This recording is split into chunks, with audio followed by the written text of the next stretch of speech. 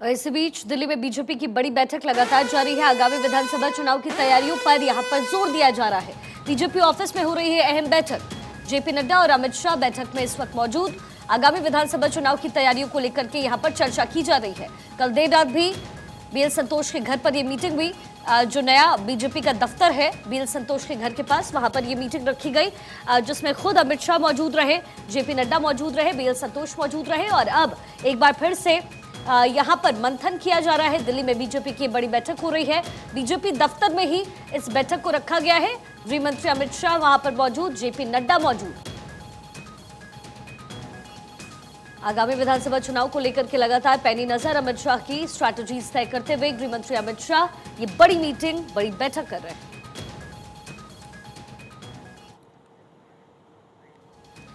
JP Nadda और अमित शाह बैठक में मौजूद। दिल्ली में बीजेपी की बड़ी बैठक चल रही है। कल देर रात भी बीजेपी के नए दफ्तर में ये मीटिंग चली है और आज भी ये मीटिंग चल रही है। दिल्ली में बीजेपी की बड़ी बैठक, आगामी विधानसभा चुनाव को लेकर के चिंतन मंथन यहां पर किया जा रहा है। बीजेपी ऑफिस में ये मीटिंग हो रही है। इसे इंटरनल मीटिंग कहा जा रहा है, यानी पार्टी के आंतरिक जो सुझाव होंगे, जो बातचीत होगी, इन तमाम जगहों पर विधानसभा चुनाव को लेकर ये डिस्कशन इस वक्त किया जा रहा है। अदिति नागर पॉलिटिकल एडिटर हमारे साथ जुड़ गई हैं। अदिति, कल देर रात भी ये मीटिंग हुई, आज भी मीटिंग का चर्चा हो रहा था और आप भी कह रही थी कि आज भी मीटिंग है। क्या कुछ अहम पॉइंट्स हैं जिस पर अमित शाह का जोर रहने वाला है, जेपी नड्डा की नजर रहने वाली है? बिल्कुल, देखिए शिखा, पहले ये बैठक आज रात को 8 से 11 हुई थी, लेकिन फिर ये बैठक सुबह 11 बजे शुरू हो गई और अब ये बैठक चल रही है, जिसमें जैसे मैं आपको बताऊं कि बीजेपी दफ्तर के सामने जो नया दफ्तर है वहां बैठक चल रही है और बैठक के साथ साथ वहां पर बीएल संतोष, जेपी नड्डा और अमित शाह मौजूद हैं। अब आपको ये समझाते हैं कि ये जो बैक टू बैक कंटिन्यूएशन में जो ये बैठक चल रही है, ये इसकी महत्वता क्या है। देखिए, आज जो चर्चा हो रही है वो लोकसभा सीटों पर हो रही है, प्रवास को लेकर हो रही है और अमित शाह, जेपी नड्डा और बीएल संतोष ने इस बात को अग्री किया है कि सिचुएशन जो है हमें पकड़नी पड़ेगी, गंभीर है, क्योंकि तमाम तरीके के अभी जो हाल ही में देखिए फीडबैक होता है। कर्नाटक चुनाव के हार के बाद पूरे देश भर से फीडबैक आता है, आगामी चुनाव से सर्वेज आते हैं, राजस्थान, मध्य प्रदेश, छत्तीसगढ़ में लीडरशिप से लेकर और ग्राउंड पर क्या तरीके हैं, सरकार को क्या विपक्ष ने घेरा है, तमाम मुद्दे को लेकर मध्य प्रदेश में क्या स्थितियां हैं, सरकार है वहां पर, क्या एंटी इनकम्बेंसी आई है, तमाम चीजें हैं, क्योंकि कर्नाटक में भी एंटी इनकम्बेंसी बड़ा फैक्टर था।